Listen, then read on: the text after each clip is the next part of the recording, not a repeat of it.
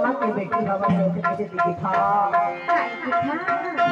अरे लाल दुनिया करी कर ले करा रे जोड़ीदार लाल भैया करी था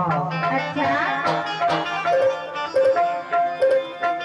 अरे भैया गिलाता को लाल के भाजी और मामा के पूरी हवार लगे ऐसे कहीं बड़ी दुनिया में लगी था पता होगा अब पियर मर्दम था के लाल की नारी चिन्हारी कर ली ऐसे पियर मर्दम था के लाल की नारी चिन्हारी कर ली चिन्हारी कर ली आया बात